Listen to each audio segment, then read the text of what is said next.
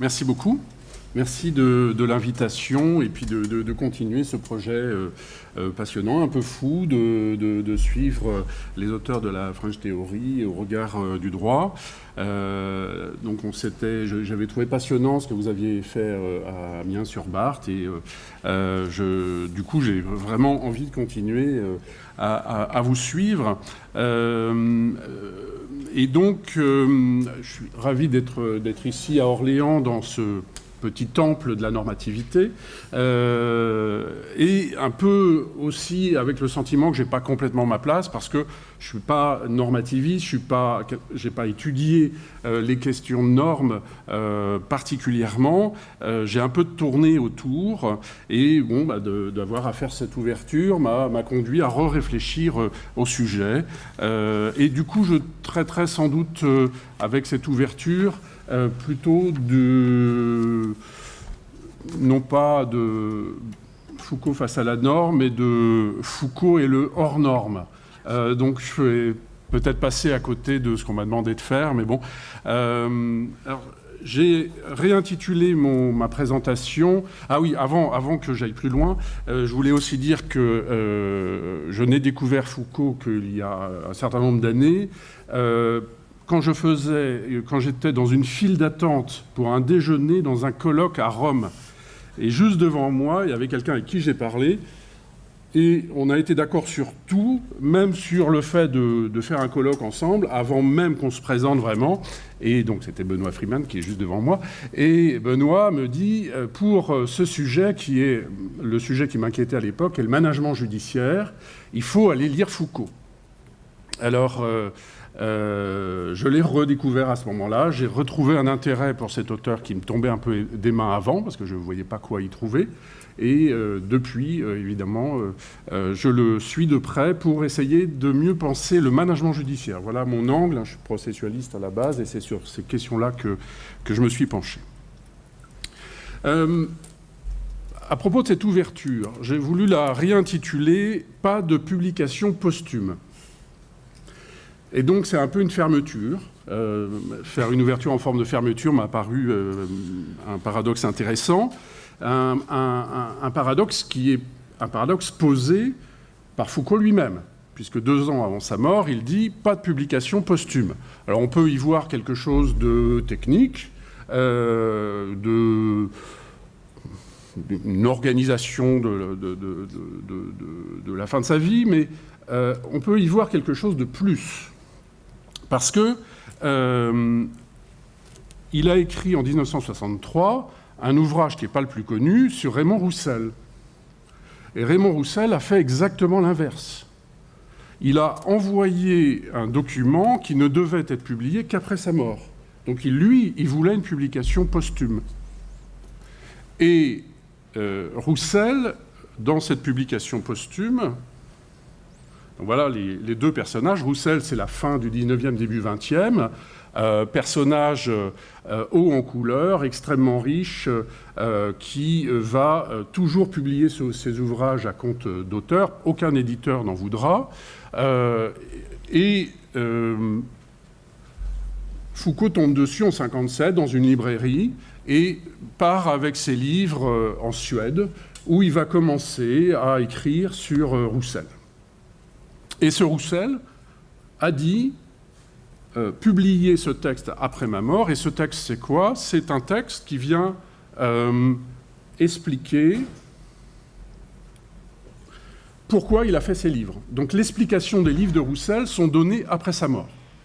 Et alors, je me suis posé la question suivante. Si Foucault dit pas de publication posthume et qu'il connaît parfaitement ce qu'a dit Roussel, c'est qu'il estime que l'explication de ce qu'il a fait n'est pas après sa mort. Et je me suis demandé si l'explication ou une explication de ces mystères ne pouvait pas être trouvée dans des choses qu'il a écrites pendant sa vie. Ça me paraissait logique. Et pourquoi pas dans son livre sur Raymond Roussel. Bon, ce raisonnement vaut ce qu'il vaut, mais c'est une ouverture, donc ça donne un peu de liberté.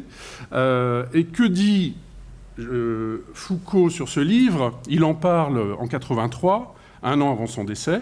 C'est ma maison secrète, une histoire d'amour qui a duré pendant quelques étés, nul ne l'a su. Et donc Roussel publie ce livre en 1935, Comment j'ai écrit certains de mes livres, 2 ans après sa mort, sachant que Roussel a mis en scène sa mort, on ne sait pas si c'est un suicide ou pas, en 1933 dans un hôtel à Palerme. Donc évidemment, Foucault ne peut qu'y songer quand il écrit « Pas de publication posthume ». Et il écrit encore, Foucault, toujours dans le même entretien, « Personne n'a jamais fait attention à ce livre et j'en suis très content ». Alors là, je pense que je vais le mettre en colère, là où il est, parce que j'ai trouvé qu'il y avait peut-être quelque chose ici d'intéressant qui pouvait servir d'ouverture, en tout cas. L'idée qu'il y a là un lieu secret où il aurait travaillé à la question du formalisme et d'une façon assez particulière dans son rapport à la langue. Et peut-être que certaines questions qu'on se pose aujourd'hui sur son rapport aux normes et aux droits peuvent trouver là, non pas des réponses, il n'y en a pas, il ne parle pas de droit d'ailleurs, mais des éléments de réflexion en tout cas. Alors, avant de... Donc ça, c'est le texte comment j'ai écrit certains de mes livres de Roussel. Et donc, avant de conclure sur ça, avant d'essayer de trouver dans ce livre sur Raymond Roussel des éléments intéressants pour comprendre Foucault face à la norme, il faut que je reparte, mais ça a déjà été fait par Émeric juste avant moi, je reparte un petit peu de ces différentes conceptions du droit et des différentes questions qu'il pose par rapport au droit. Et j'essaierai de conclure sur l'usage qu'on peut faire de ce Raymond Roussel avec ces différentes conceptions. Alors je repars classiquement, première conception, le droit, pas si on peut l'appeler légaliste, le droit réduit à la loi, sa première conception du droit. Le droit formalise les rapports du souverain avec les gouvernés. C'est un droit sur les richesses, un droit de vie et de mort, mais pas un droit sur les personnes, les individus. Toute la politique et la légitimité du pouvoir est pensée de manière juridique, tout ça c'est bien connu.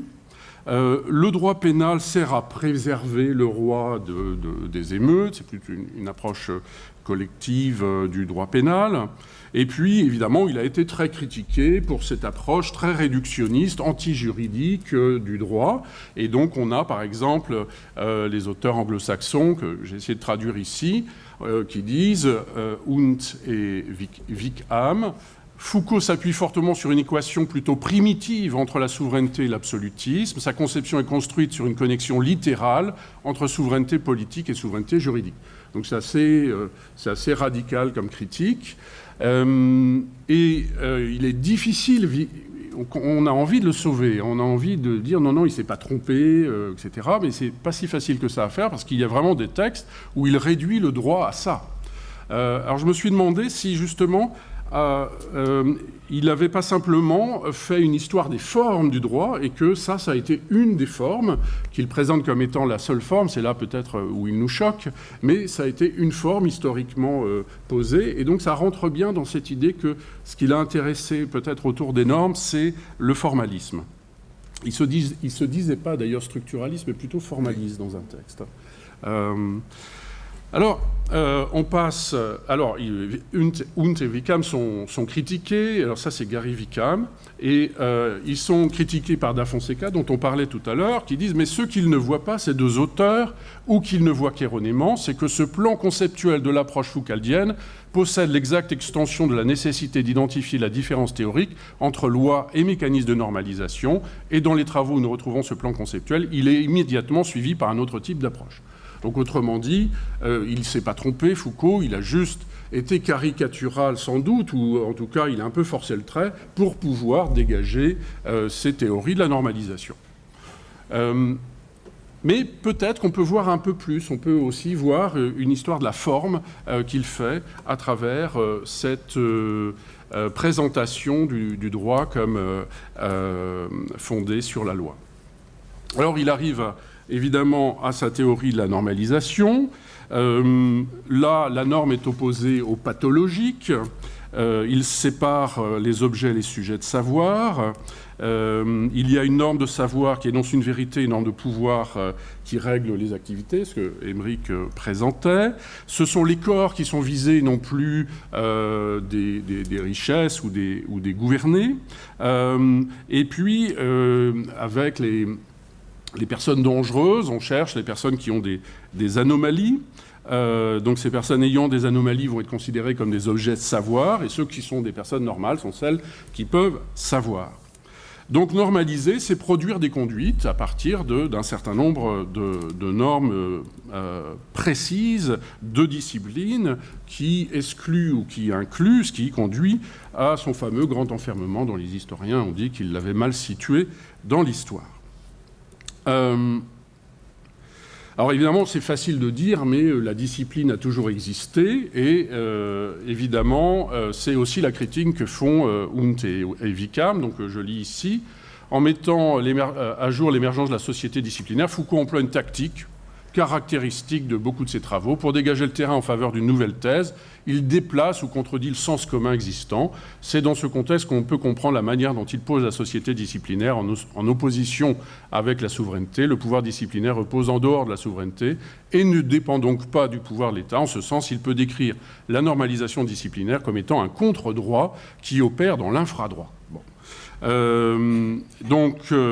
Évidemment, c'est facile pour nous, juristes, de voir qu'il y a toujours eu du droit disciplinaire, qu'il s'est même développé récemment, et qu'opposer le droit et la normalisation disciplinaire est un peu curieux, ne fonctionne pas bien. Mais là encore, c'est peut-être une histoire des formes, et c'est la forme que prend le droit, qu'il n'appelle plus droit, peut-être pour des raisons tactiques, pour des raisons tenant à son temps.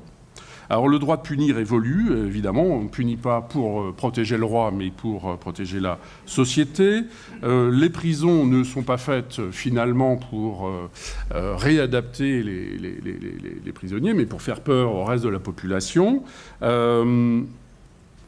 Alors, c'est vrai que ça va très loin, sa position, puisqu'il paraît nier l'autonomie du droit. Et pour nous, c'est assez dangereux, effectivement, puisqu'il mêle toutes les normes, et pas seulement les normes, ce que nous appellerions les normes juridiques. Tout ça est fondé sur des relations de pouvoir, des micro-pouvoirs, qui lui permettent de se dégager du marxisme. Il y a aussi tout ce contexte, évidemment, pour comprendre ses positions. J'ajouterais encore qu'avec ces normes, il médicalise le droit pénal, et donc c'est tout ce qu'il a écrit et qui continue d'être fort utile sur l'expertise psychiatrique qui prend une place déterminante dans la procédure pénale. On ne cherche pas à punir tant qu'à comprendre pourquoi une personne a commis une infraction. Alors je passe... quand même une citation de Foucault. J'en ai pas encore faite, dans Surveiller et punir. Alors que les systèmes juridiques qualifient les sujets de droit selon des normes universelles, les disciplines caractérisent, classifient, spécialisent. Elles distribuent selon une échelle, répartissent autour d'une norme, hiérarchisent les individus les uns par rapport aux autres et à la limite disqualifient et invalident. Je saute à la dernière phrase. Aussi régulière et institutionnelle qu'elle soit, la discipline dans son mécanisme est un contre-droit. Alors évidemment, on a l'impression que là, on n'est plus dans le droit et donc qu'il nie l'autonomie du droit, mais peut-être que c'est un changement de forme simplement qu'il met à jour. Et puis, il passe encore à un changement de forme, la biopolitique, c'est le troisième temps, où il évolue encore, il paraît s'éloigner de la normalisation disciplinaire et se dirige vers donc la société sécuritaire. Cette fois, alors dans l'approche disciplinaire, la norme précède la normalité. Il faut des normes pour produire les individus dans l'école, dans l'éducation, dans l'usine, etc. Alors que dans la biopolitique, c'est la normalité qui va précéder la norme. On va chercher par des statistiques à déterminer ce qui est du côté de la vie. Donc si par des statistiques on voit que les fumeurs de tabac ont beaucoup de cancer, eh bien il va falloir dire que la normalité c'est de ne plus fumer, interdire de fumer ou limiter la fumée avec la cigarette avec un certain nombre de moyens. Et donc c'est un gouvernement non plus sur les individus mais sur la population. Il ne s'agit même plus d'un territoire, donc il critique de ce point de vue-là l'État comme ayant été survalorisé, qui est un pouvoir comme les autres. Il parle de gouvernementalité, pas tellement de gouvernance, mais c'est un peu le même concept en réalité. Et ces termes sont ambigus, et c'est là qu'aussi on sait que Foucault est assez ambigu, puisqu'il était un peu libertaire, mais il devenait finalement un peu libéral avec ce positionnement-là. Alors, cette biopolitique contrôle tous les aspects du vivant, la santé, la justice, l'éducation. C'est là que, évidemment, c'est intéressant pour le management judiciaire.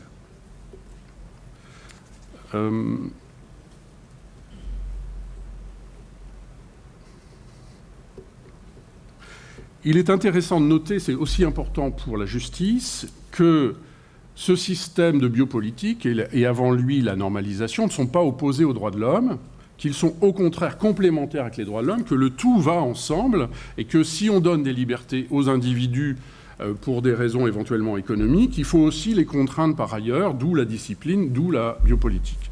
Et ça, c'est assez utile pour le management judiciaire, puisqu'on voit que le développement de la jurisprudence en matière de procès équitable a été exactement parallèle au développement du management judiciaire, aux indicateurs appliqués en matière de justice. Et du coup, Foucault critique à la fois la normalisation, la société disciplinaire et la société sécuritaire de la biopolitique. Et il arrive, quatrième temps, ah oui, j'ai oublié une citation de Foucault à propos du néolibéralisme. Le marché n'est plus un simple principe d'autolimitation du gouvernement, mais un principe normatif qui s'impose à lui, le marché, le tribunal économique permanent en face du gouvernement. Dans la volonté de savoir, la loi fonctionne toujours davantage comme une norme et l'institution judiciaire s'intègre de plus en plus dans le continuum d'appareils médicaux, administratifs, etc. Et on arrive alors à ce que j'ai appelé le droit relationnel. Tout à l'heure, vous avez parlé du droit nouveau, ou du droit des gouvernés. On voit qu'il est à la recherche d'une quatrième conception du droit. Mais il n'en a pas fait un livre. C'est des bribes qu'on peut tirer. Chacun essaye d'en faire quelque chose. Il y a évidemment la question du droit des gouvernés, dans lequel on trouve un droit de se défendre ou d'être défendu qu'il voyait comme étant quelque chose de plus concret que les droits de l'homme, mais qui ressemble quand même au procès équitable. D'autres, notamment Da Fonseca, sont allés rechercher du côté de la manière dont il avait géré les groupes dans les prisons, qui était une manière d'autogestion. Donc on s'est dit, voilà le droit nouveau pour lui. Et puis, finalement, dans un entretien, il va parler de droit relationnel. Alors, ce terme a été surtout utilisé dans le combat pour le mariage pour tous et n'a pas forcément été, me semble-t-il, en tout cas je ne l'ai pas trouvé, véritablement théorisé. Alors c'est vrai que, je saute cette citation qui concerne la justice et le fait que Foucault avait bien vu que la justice serait revalorisée, c'est la fin de la citation, et j'arrive donc à ce texte où il invente le concept de droit relationnel. C'est donc en 82.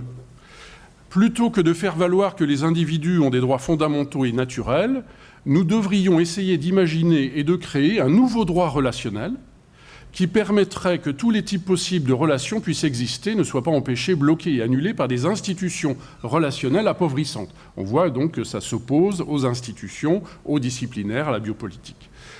Il oppose aussi, on le voit bien dans cette citation, le nouveau droit relationnel aux droits de l'homme, puisqu'il l'avait assimilé aux disciplinaires et aux sécuritaires. Et évidemment, là, il y a une reconnaissance des différentes possibilités de relations. Et c'est pourquoi ça va être à l'origine aussi de la réflexion sur le mariage pour tous. Donc là, il y a une suite logique. Simplement, je me demande si on ne peut pas faire encore un peu plus de ce concept de droit relationnel. Est-ce qu'on ne pourrait pas l'utiliser davantage pour développer davantage cette quatrième conception du droit qu'a Foucault? Alors qu'est-ce qu'on ferait rentrer dedans? On ferait rentrer différents écrits. On ferait rentrer certainement, vous en avez parlé, sa conception des relations de pouvoir, puisque c'est un droit relationnel, il faut le mettre en relation avec ce qu'il a dit des relations de pouvoir. Et les relations de pouvoir chez lui, c'est pas dominant-dominé, c'est beaucoup plus subtil, c'est des jeux stratégiques, c'est des résistances, c'est des différenciations, donc tout un ensemble de choses, dont le terme de résistance qui apparaît dans les relations de pouvoir. Donc dans le droit relationnel, il y aurait forcément cette idée de résistance de chacun dans ses relations pour trouver une suffisante autonomie. On pourrait aussi y inscrire un certain nombre de choses qu'il écrit en matière d'éthique, et notamment le souci de soi, parce que pour trouver un bon positionnement dans la relation, et dans la relation de pouvoir devenue relation juridique, il faudrait qu'il y ait un suffisant souci de soi, de sa santé, de son âme, etc., pour trouver un juste positionnement par rapport à ses co-contractants, co-obligés, toutes les personnes avec lesquelles on est en relation juridique. Mais voilà, ça s'arrête un petit peu là en termes de réflexion, et c'est là que je me suis dit peut-être qu'il faudrait aller chercher dans son ouvrage sur Raymond Roussel. Alors j'ai une autre citation qui est à la fin de l'article, juste pour vous dire qu'il a quand même dit plusieurs fois. Je voudrais cependant ajouter que les droits relationnels ne sont pas exactement des droits associatifs. Le droit relationnel est la possibilité de faire reconnaître dans un champ institutionnel des relations d'individu à individu qui ne passent pas forcément par l'émergence d'un groupe reconnu, il y a une coquille. Et puis il dit dans un autre texte, il parle des nouvelles formes de vie, de rapports, d'amitié dans la société. Alors qu'est-ce qu'on peut trouver pour essayer de développer un petit peu le droit relationnel dans son ouvrage sur Raymond Roussel? Alors il faut quand même que je parle un tout petit peu de Raymond Roussel avant, pour comprendre pourquoi cet auteur l'a passionné. Raymond Roussel est un excentrique, richissime, héritier, qui va réinventer en quelque sorte la littérature à partir de contraintes. Fin 19e, début 20e. D'une manière très particulière, avec un système qu'il explique après sa mort, donc de manière posthume, qu'il appelle le procédé. Alors le procédé a plusieurs variantes. Typiquement, il prend une phrase entendue au hasard, et à partir de cette phrase, il cherche des mots qui sonnent pareil, mais qui ne sont pas des synonymes forcément, des mots qui sonnent, comme la première phrase. À partir de là, il va dégager des mots, et puis à partir de là, il va pouvoir écrire des textes. Donc c'est un procédé formel, il fait de la littérature formelle pour créer autrement. Et donc Foucault écrit sur lui. Et il écrit, donc, par exemple, Impression d'Afrique, là c'est la couverture d'Impression d'Afrique, qui n'a rien à voir avec l'Afrique. Et puis donc, Roussel, par exemple, il prend « J'ai du bon tabac dans ma tabatière », quelque chose de commun pour son époque, et puis il va entendre « ode »,« tac »,« tiers », etc. Il fait un rapprochement par les sons. Et avec ces mots-là, il va construire des romans entiers, où on va retrouver ces mots dispersés tout au long du roman. Alors, c'est pourquoi, après sa mort, il va expliquer ce qu'il a fait, parce que personne n'avait compris, et personne ne comprenait le sens de ces romans. Alors, que écrit Foucault? Une belle phrase sur la relation, dans Raymond Roussel. Les êtres ont de l'un à l'autre un pouvoir merveilleux de faire alliance, de se nouer, d'échanger des murmures, de franchir des distances et des métamorphoses, de devenir les autres et de rester les mêmes. Donc c'est une phrase que je trouve sublime, qui vient donner une tonalité à la relation qui est quand même extrêmement profonde, et qui s'exprime à travers des formes. C'est que les relations ont besoin de formes, ont besoin non seulement du langage, mais pas seulement de signification. Ils ont besoin d'un langage aussi qui est surprenant, d'un langage qui mêle le hasard, qui permet que des personnes différentes puissent fonctionner ensemble. Il parle beaucoup dans son texte sur la répétition chez Roussel, mais une répétition de petites différences qui créent des identités. Donc on voit bien qu'il y a toute une réflexion sur l'identité et la différence dans la relation. Il écrit par exemple, on peut avoir deux significations étrangères dans l'unité maintenue de la forme. Un même mot peut décrire deux choses, et à partir de là, il y a tout un tas de créations qui sont possibles. Alors, je suis un peu vite. Du coup, pour essayer d'utiliser ça, je ferai aussi référence au fait que pour lui, la relation de pouvoir précède l'institution. Donc si la relation de pouvoir précède l'institution, si la relation de pouvoir, c'est la relation juridique, la relation formalisée dans son droit relationnel, ça veut dire que la relation juridique précède l'institution, et peut-être qu'elle précède la norme, et que finalement la norme est à l'intérieur de la relation juridique, de la relation formalisée, elle est créée par les parties, elle est interprétée par les parties. Si elle vient de d'autres relations juridiques, elle va venir de l'extérieur, mais elle sera malgré tout recréée par les personnes qui sont dans une relation juridique. Donc il y a là toute une conception du droit relationnel qui devient possible, mais aussi une conception du droit potentiel. Et c'est en cela que j'étais content d'avoir l'ouverture à faire, puisque c'est un droit qui ouvre. Déjà, Roussel, il l'utilise beaucoup de fois, Foucault à ce propos, ouvre la littérature. Je crois que Foucault ouvre le droit. Il ouvre le droit du droit potentiel. Son premier droit, c'était le droit d'avant-hier, c'est le droit légaliste. Ensuite, il y a eu la normalisation, c'était le droit d'hier, peut-être.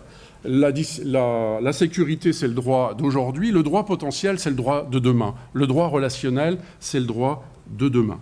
Alors essayons de mêler Roussel, en conclusion un petit peu, de mêler Roussel et Foucault en essayant de faire du droit potentiel à partir de Roussel,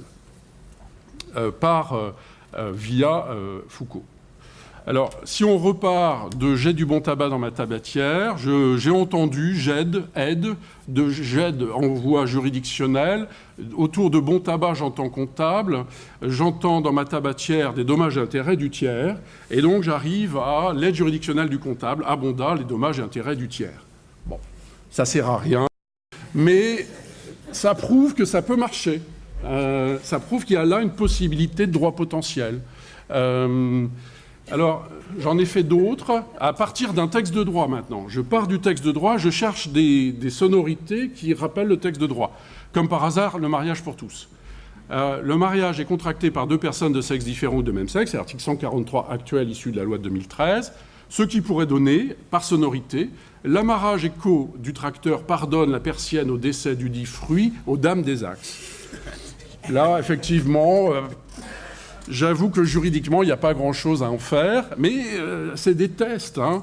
Alors, autre formule, et là, faire du Roussel dans la dernière partie de sa vie, il part de phrases totalement banales et il essaye d'en faire de la littérature. Alors, on va essayer de partir d'une phrase totalement banale et essayer d'en faire du droit.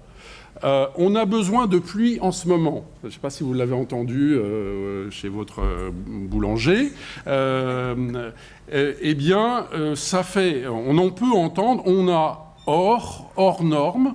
Bon, évidemment, c'est une oreille peut-être déformée. Hein. Besoin donne brevet.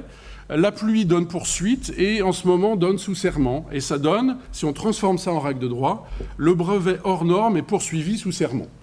Bon, là encore, ça ne veut rien dire, je vous l'accorde, mais ça prouve qu'on peut passer d'utiliser les contraintes formelles à la Roussel pour aboutir à du droit. Et ça prouve aussi que peut-être si Foucault était si intéressé par Roussel, c'est parce qu'il était intéressé par le formalisme.